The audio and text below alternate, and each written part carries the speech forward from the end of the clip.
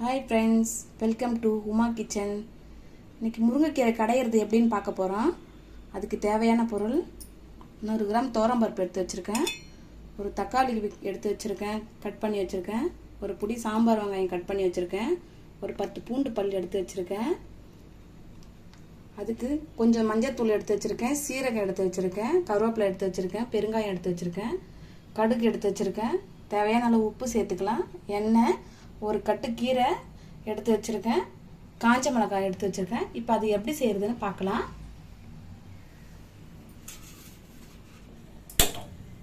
ஒரு பாத்திரத்தில் தண்ணி ஊற்றி பருப்பு போட்டு எடுத்துக்கலாம். இப்போ பருப்பு வேக வைக்க போகிறேன். வேக வச்சுட்டு எப்படி செய்யறதுன்னு பார்க்கலாம். இப்போ நான் அந்த பருப்பு தண்ணியில் சேர்த்துக்கிறேன். பருப்பு நல்லா வேக விட்டுட்டு அப்புறம் கீரை எப்படி கடையிறதுன்னு பார்க்கலாம்.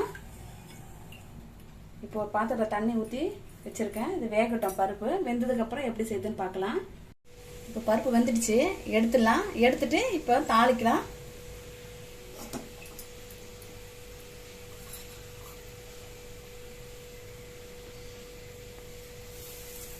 லைட்டாக கொஞ்சம் எண்ணெய் சேர்த்துட்டேன்.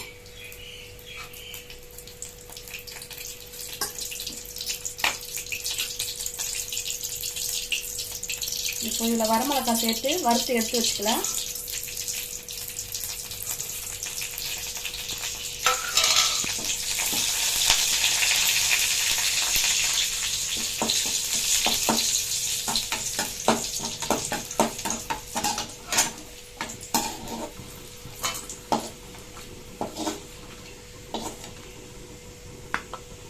தேவைப்பட்டா இதில் பச்சை மிளகாவும் சேர்த்துக்கலாம்.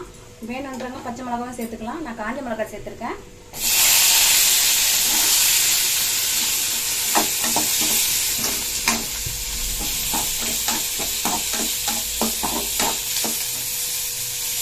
மிளகா வறுத்து எடுத்துட்டு இதிலே பூண்டு வெங்காயமும் சேர்த்து வதக்குறேன். இது கூட தக்காளி சேர்க்குறேன்.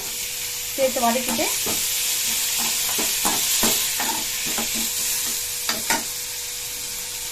இதில் சீரகம் சேர்க்குறேன். மஞ்சத்தூள் பெருங்காயம் எல்லாமே சேர்த்துறேன்.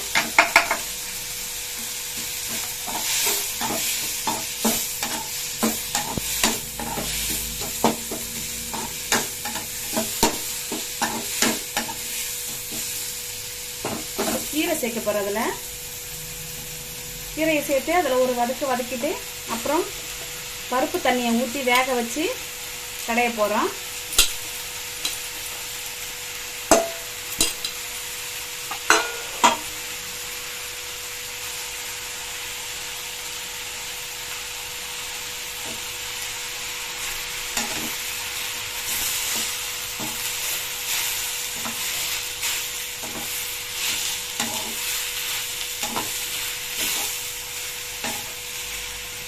தேவைப்பட்டா இதில் புளி சேர்த்துக்கலாம், இல்லை தேவையில்லைன்னா தக்காளியோட போதும். தக்காளி வந்து நான் டேஸ்ட்டுக்காக ஒன்று சேர்த்துருக்கேன். இப்போ கீரை வதக்கியாச்சு. இப்போ பருப்பு வேக வச்ச தண்ணியை அதில் ஊற்றி வேக வைக்க போகிறேன். பச்சை தண்ணி ஊற்றி வேக வைக்கக்கூடாது, பருப்பு தண்ணி தான் இருத்து வேக வைக்கணும். இப்போ இது ஒரு 5 நிமிஷம் வேகட்டும். வெந்ததுக்கப்புறம் கடைஞ்சி தாளிச்சிடலாம். பருப்பு சட்டிலாம் வேணும்னா கடைஞ்சிக்கலாம். அப்படி தேவைன்னா நம்ம மிக்சி ஜாரில் கூட போட்டு அரைச்சிக்கலாம். ஏன்னா முருங்கைக்கீரை வந்து கொஞ்சம் ரஃப்பாக இருக்கும், கொஞ்சம் திரியாக அரைச்சா தான் நல்லாயிருக்கும். பருப்பு சட்டியில் போட்டால் மெசியாது. அதனால் நான் வந்து மிக்சி ஜாரில் தான் போட்டு அரைக்க போகிறேன். இப்போ தேவையான நல்ல உப்பு சேர்த்துக்கலாம்.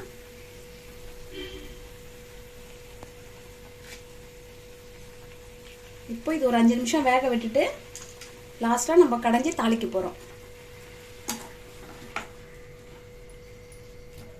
இதை அப்படியே விட்டுட்டு வேக வச்சிடலாம். வேக வச்சுட்டு அப்புறம் கடைஞ்சி தாளிக்கலாம். இப்போ கீரை வெந்துடுச்சு. இப்போ ஆஃப் பண்ணிக்கலாம். இப்போ பருப்பு கூட சேர்த்து 2 சேர்த்து எடுத்து கடைஞ்சிக்கலாம்.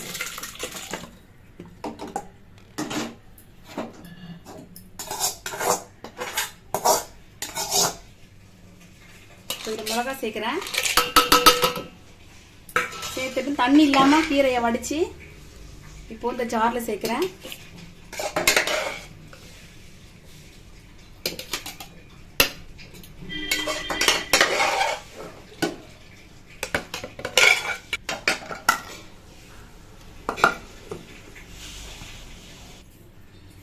அரைச்சாச்சு. இப்போ இதில் தண்ணி சேர்த்துட்டு தாளிக்கலாம். இந்த வேக வச்ச பருப்பு தண்ணியை இதில் சேர்க்க போகிறேன். சேர்த்துட்டேன். இப்போ தாளிச்சுக்கலாம்.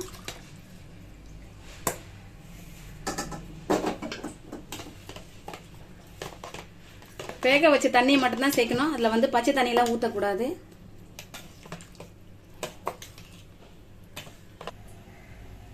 இப்போ இதில் தாளிச்சுக்கலாம். கொஞ்சம் எண்ணெய் ஊற்றி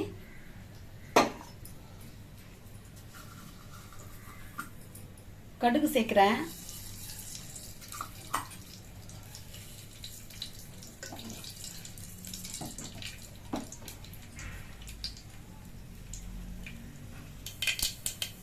கடுகு வெடிச்சிச்சு.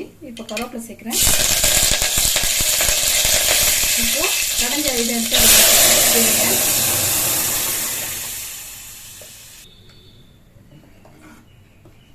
முருங்கைக்கீரை பருப்பு ரெடி ஆயிடுச்சு பாருங்க. கீரை கடைஞ்சாச்சு. இப்போ தாளிச்சாச்சு.